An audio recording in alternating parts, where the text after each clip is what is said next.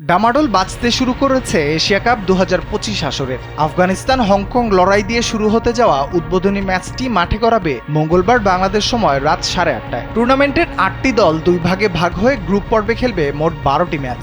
এবার এশিয়া কাপের সবচেয়ে রোমাঞ্চকর ও উত্তেজনাপূর্ণ ম্যাচটি পরিচালনা করবেন এক বাংলাদেশি আম্পায়ার। এশিয়া কাপের ম্যাচগুলো পরিচালনার জন্য মোট 8 জন অফিসিয়াল নিযুক্ত করেছে এসিসি। এর মধ্যে আছেন 2 জন বাংলাদেশি আম্পায়ার, অভিজ্ঞ মাসুদুর রহমান ও গাজী সোহেল। অন্যরা হচ্ছেন আফগানিস্তানের আহমদ পাকতিন ও ইজাতুল্লাহ শফি, পাকিস্তানের আসিফ ইয়াকুব ও ফয়সাল আফ্রিদি, শ্রীলঙ্কার রবীন্দ্র ভিলমালসিরি ও রুচিরা পালিয়া গুরুগে, আর অন্যদিকে ভারতের রোহান পণ্ডিত ও বীরেন্দর শর্মা। এই 8 জনের মধ্যে 14 সেপ্টেম্বর আসরের সবচেয়ে উত্তেজনাপূর্ণ ও মর্যাদার ভারত পাকিস্তান ম্যাচের দায়িত্ব পড়েছে মাসুদুর রহমান ও পালিয়া গুরুগের কাঁধে। বাংলাদেশের মাসুদুর আগেও পরিচালনা করেছেন ভারত পাকিস্তানের ম্যাচ। 2025 এশিয়া কাপে গ্রুপ পর্ব ও সুপার 4 দুটিতেই ভারত পাকিস্তানের ম্যাচে দেখা গিয়েছিল তাকে।